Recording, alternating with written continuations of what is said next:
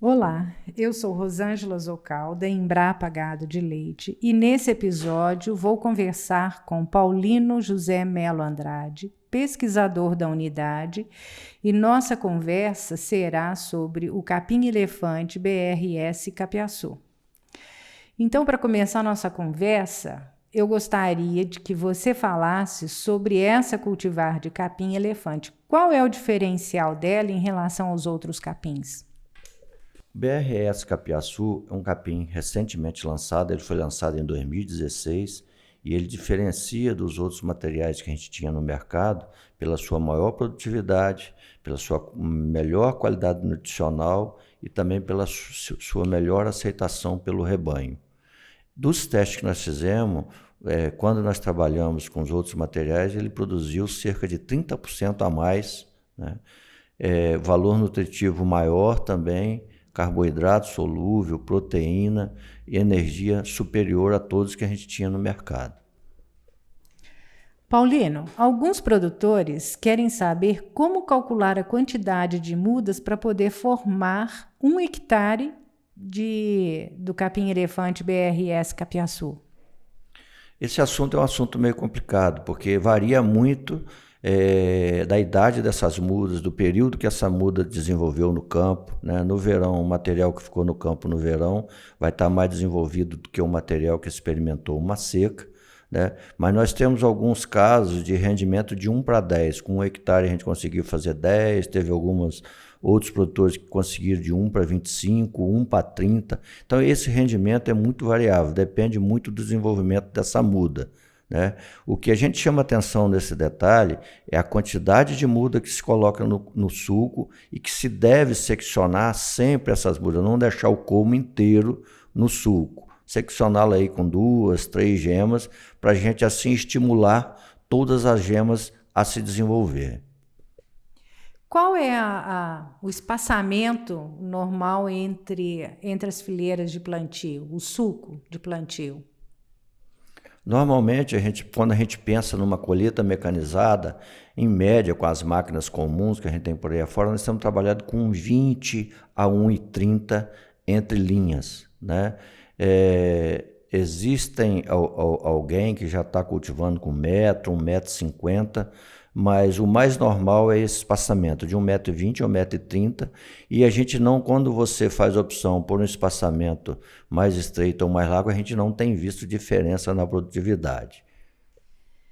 Existe diferença no plantio quando a muda é parte da planta, ou seja, o colmo, ou então os tubetes?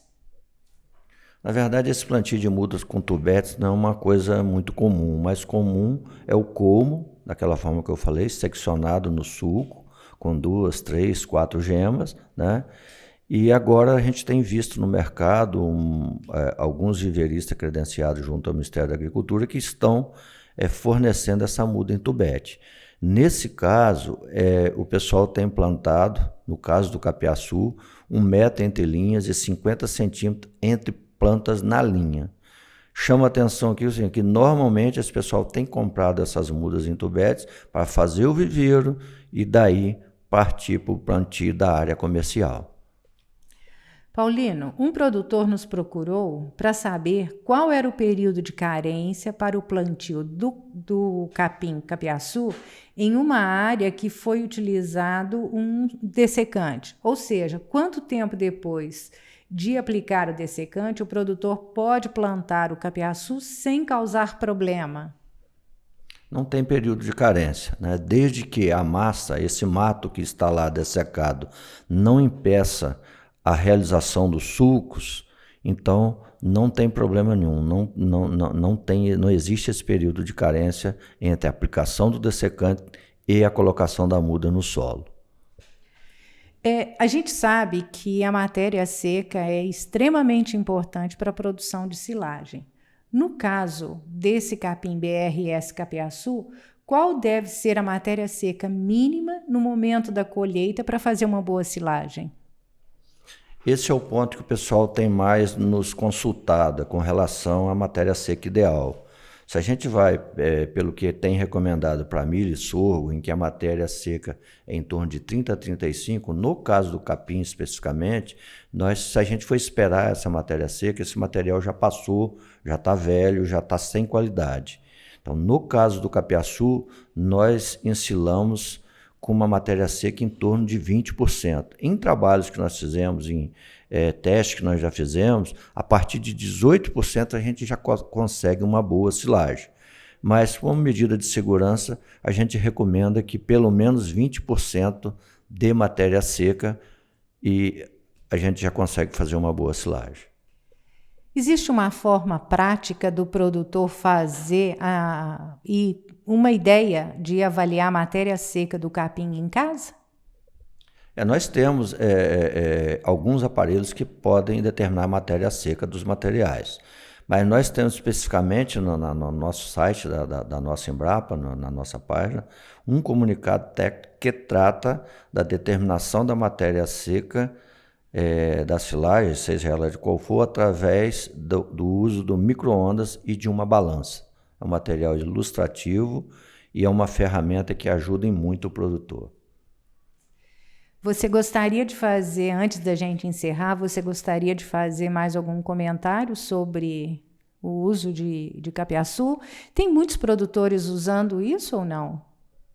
O capiaçu se apresenta hoje como uma opção para baratear o custo de produção. O nosso custo de produção vem aumentando cada vez mais e o capiaçu vem ajudar muito o produtor nesse aspecto, porque é um material que rende muito, tem boa qualidade e com isso ele consegue baixar seu custo para enfrentar esse constante aumento do nosso custo de produção. Todas as categorias animais podem consumir a silagem de capiaçu ou ele é destinado a uma categoria específica? Não, toda categoria pode consumir a silagem de capiaçu. E quando a gente fala da silagem, muito se bate sobre silagem, mas o capiaçu pode também ser fornecido verde no coxo, com 60, 70 dias de idade. É um material também muito apreciado pelo rebanho e de uma ótima qualidade, né? Desde o rebanho, das vacas secas, novilhas, bezerras e até vacas de alta produção. Nós temos casos de compost bar com animais aí acima de 40 quilos com a base do volumoso silagem de capiaçu. Paulino, queremos agradecer muito você por ter participado deste canal da Embrapa. Muito obrigada. E para finalizar esse episódio, gostaria de convidar você a visitar os cursos online da Embrapa. Lá você encontra vários cursos e tem um específico sobre silagem de capim, de como processar e como fazer a silagem de capim. Entre no site www.ead.cnpgl.embrapa.br ou você pode entrar também e se inscrever na Rede de Pesquisa e Inovação do Leite, que é a nossa Happy Leite. Lá na Happy Leite você tem outros assuntos interessantes sobre a cadeia produtiva do leite.